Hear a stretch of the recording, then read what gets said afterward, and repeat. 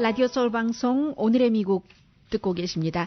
앞으로는 여러분들께서 그 스티븐 배넌이라는 이름을 굉장히 많이 들으실 겁니다. 지금까지 이제 백악관의 수석 전략가였었고, 이제는 지난 주말부터는 국가 안보에 있어서 정말 가장 그 중요한 일을 하게 되는, 그야말로 이 몇몇 사람이 국방장관, 그리고 글쎄 어느 정도가 될까요? 국방장관과 뭐 법무장관과 중요한 일이 있었을 때 딱 그 대통령 앞에서 완전한 그 비밀도 없이 그 하는 회의에 참석할 수 있는 국가안보위원회가 있는데, 국가안보위원회를 이끌게 됩니다. 그런데 보통 이제 국가안보위원회는 안보자가 들어가니까 가장 중요한 것이 미국의 어떤 그 전쟁과 평화에 관한 것이고, 또 그 군인들에 관한 생명, 이런 그 결정이 있는 것이기 때문에요. 그래서 굉장히 그 군사적으로 또 그 정치적으로 전략적으로 경험이 많은 사람을 이 자리에 두는데, 스티븐 배넌이라는 사람은 정치에 한 번도 해본 적이 없는 사람일 뿐만이 아니라 골드만삭스에서 일했고, 브레이트바트라는 굉장히 도발적인 웹사이트죠. 트럼프 대통령을 당선시키는데 큰 힘을 썼었던, 그리고 뭐 그전에는 헐리우드의 그 프로듀서로 일을 했고, 이 군사적인 것에 있어서는 본인이 그 해군을 했었다는 것 이외에는 아무것도 없는 사람 스티브 배넌을 앉혔는데, 지금 스티브 배넌을 여기에 앉히기 전에도 이 사람이 예를 들어서 뭐 그 미디어 언론은 입 닥치고 가만히 있어라라는 얘기라든가, 아니면 그 취임사에서 대량 살상 이런 그 단어를, 취임사 같은 것은 뭔가를 그 아우르고 미국의 가치나 철학도 얘기하고 하는 것이잖아요. 물론 경제적인 번영도 포함이 됩니다만은. 그런데 이번에는 그런 것은 없었죠. 그래서 대량 살상이라든가, 지금 미국에서 힘없는 사람들이 살상 당하고 있다 같은 표현, 이게 이제 트럼프 대통령이 좋아했기 때문에 썼는데, 다 이제 스티브 배넌의 아이디어였다 하는 거예요. 그래서 오히려 그 국가안보보좌관 그 마이클 플린이라든가 이런 사람 힘이 조금 약해지고, 아직까지는 그 마이클 플린에 대해서 트럼프 대통령이나 스티브 배넌이라든가 이 두 사람이 자산이다, 이 정도는 생각하고 있는 것 같아요. 근데 모르죠. 왜냐하면 여러 가지를 봤습니다만, 그 지난번에 오바마 대통령이 그 사람은 굉장히 독립적이야라고 생각하면서 공화당인 제임스 코메이 연방 수사국장을 그 임명을 했다가 나중에 그 민주당으로서는 낭패를 본 것이 사실이죠. 여러 가지 그 수사국장의 일 때문에. 마이클 플린도 평생 민주당이었던 사람입니다. 다만 2014년도에 본인이 그 실수가 있었고, 결국은 그 오바마 행정부에서 옷을 벗었어야지만 됐기 때문에 국방부의 그 정보팀에서, 그 뒤는 민주당에 완전히 각을 세우면서 공화당 전당대회 때 완전히 그 트럼프 찬양을 했었던 사람이잖아요. 국방부 정보국장이었었고 평생을 민주당이었었고 그랬던 사람인데, 트럼프 대통령으로서는 고맙죠. 왜냐하면 모든 그 국방부와 그 군사 전문가들은 트럼프 대통령이 다른 것도 다 몰라도 군사적인 거고 군대도 안 간 사람이니까요. 그러니까 한국식으로 따지자면 그런 사람이 이게 그 군통수권자가 된다는 것이 너무나 그 위험하다고 생각을 했는데, 그때 평생 민주당이었던 마이클 플린이 탁 나타나서 힐러리 클린턴을 락커업, 그 감옥에 가둬야지 된다라고 주동을 하면서 본인을 지지해줬기 때문에 이 사람을 국가안보보좌관으로 시켰는데, 지금 국가 그 안보위원회에 스티븐 배넌이라는 사람이 들어가고 나서 이 사람 얘기를 더 많이 들으면 이 민주당인 국가안보보좌관이 어떻게 될지 나중에 뭐 알 수 없는 일이죠.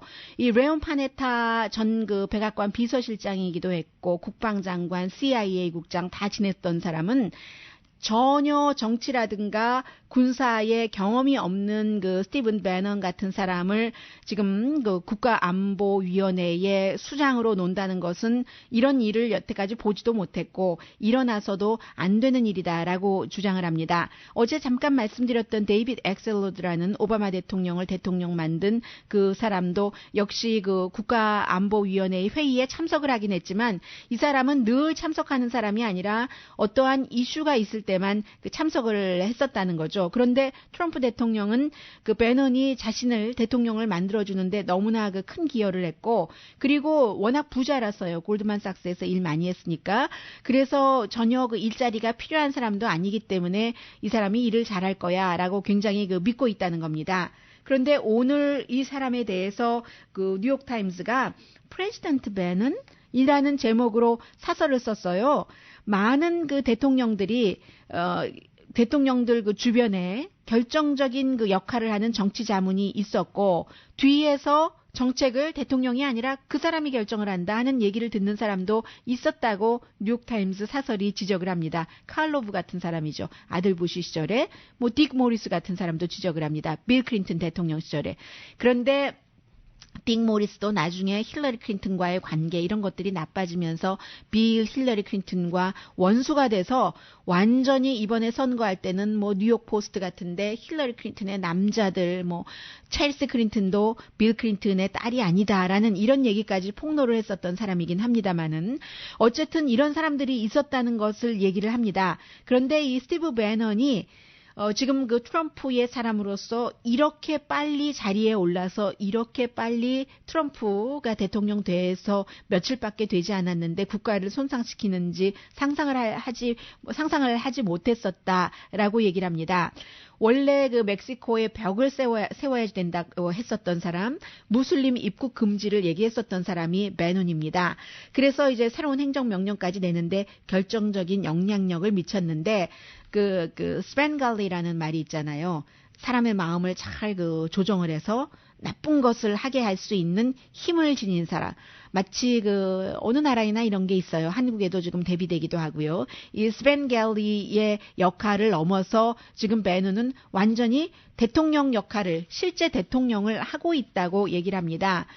지금 앞서 말씀드린 이 국가안보위원회에 이런 사람이 들어간 것은 국무장관, 국방장관, 이런 사람들이 들어가서 결정적인 때로는 대통령이 듣기 싫어하는 것조차 불편한 진실까지도 말할 수 있는 그런 회의라는 거예요. 국가안보위원회 회의가. 여기에 대통령이 듣기 좋아하는 말만을 해왔던 배논이라는 사람이 들어가는 것은 아니다. 그리고 이 배논이 들어감으로 인해서 트럼프 대통령이 얘기를 했어요. 합참의장의 역할을 줄이고 국가정보국장의 역할도 굉장히 줄어든다는 얘기거든요.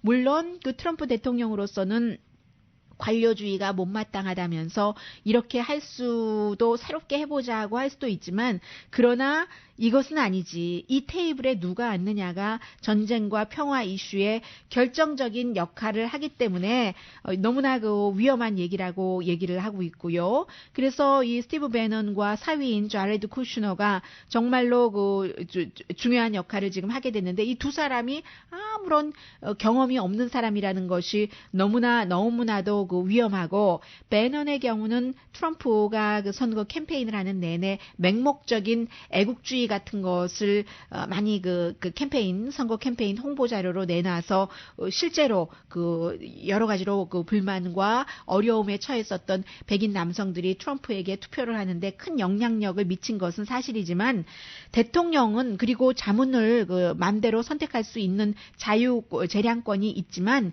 그래도 후보였었을 때와 대통령이었었을 때는 너무 다르기 때문에 전략적으로 생각하는 사람, 이런 사람의 의존을 해야지 된다 하면서 뉴욕타임스는 짐 마티스 국방장관 같은 경우는 굉장히 좀 힘을 많이 주고 있어요. 그런데 스티브 배넌을 위험한 인물로 보고 있는 거죠. 네, 척 슈머, 어제 트럼프 대통령이 가짜 눈물 흘린 사람 5%밖에 진짜 눈물일 확률 없어. 나의 행정명령에 반대하는 기자회견에 했었던 척 슈머라고 얘기를 했었던 척 슈머가 원래는 몇몇 사람들의 인준을 거부하겠다고 했는데 민주당 뉴욕이 지역구입니다. 이제는 예산국장 또 보건복지부 장관 탐 프라이스 지명자 또 환경보호 청장 스캇 프리트 그리고 또 누구죠? 재무장관 스티븐 무누신 또 누구죠? 레이버 노동부 장관 앤디 퍼스너까지 다 거부할 것이라고 얘기를 했습니다. 전에는 세 사람만 얘기했어요. 교육부 장관 지명자 그리고 또 국무장관 지명자 렉스 틸러슨 또 한 사람 누구죠? 법무장관 지명자. 굉장히 지금 이민에 대해서 반이민적인 사람이에요. 그런데 이제 다 8명 지명자에게 반대표를 던질 것이다라고 얘기를 했고, 민주당의 상원 그 재정위원회도 보건복지부 장관, 재무장관 그 스티브 무누친에 대해서는 그 골드만삭스 출신이고요. 다 보이콧하겠다라고 얘기를 했습니다. 지금 트럼프 그 대통령이 오늘 저녁 로스앤젤레스 시간으로는 5시에 연방 대법관을 지명하겠다고 얘기한 것은 이민 그 행정명령에 대해서 너무나 지금 뜨거운 그 반대적인 여론이 강화되자 그런 여론을 사실은 뉴스를 좀 다른 데로 돌려보내려고 하는 그런 뜻도 당연히 있을 겁니다. 그 뜻이 나쁜 것도 아니고요. 그래서 지금은 2사람으로 압축됐는데 필라델피아의 제3항소법원 그 판사 토마스 그 할디먼, 그리고 제가 처음부터 말씀드렸었던 지금 그 2사람이 다 굉장히 젊네요. 덴버의 10그 항소법원의 판사 닐 그 고설치 49살, 그리고 토마스 그 할디만은 51살. 지금 그 종신직인 형이 아니라 종신직인 연방 그 대법원장 지명자로 지명을 하는데 2사람으로 압축된 것으로 보이고요. 지금 민주당에서는 이 사람들에 대해서도 청문회, 오바마 대통령이 마지막에 그 지명했었던 그 메릭 그 갤런드라는 여러 번 상원 인준을 통과한 사람은 도대체 청문회조차 하지 않고 우리도 하지 않겠다라고 얘기를 할 수 있는데, 사실은 지금 60표가 있어야지 되는데 이것도 상원 그 룰에 따라서 룰을 기술적으로 바꿀 수도 있답니다. 과반수만으로도요. 그러니까 지금 4대4 그 보수 대 진보가 나뉘어져 있는데, 어쨌거나 그 트럼프가 지명하는 사람이 자리를 채울 것이고 5대4로 다시 이제 예전으로 돌아가게 될 거죠. 그리고 뭐 돈에 관계된 것이니까 잠시 뒤에 말씀드릴까요? 이 부분에 대해서는. 네. 미래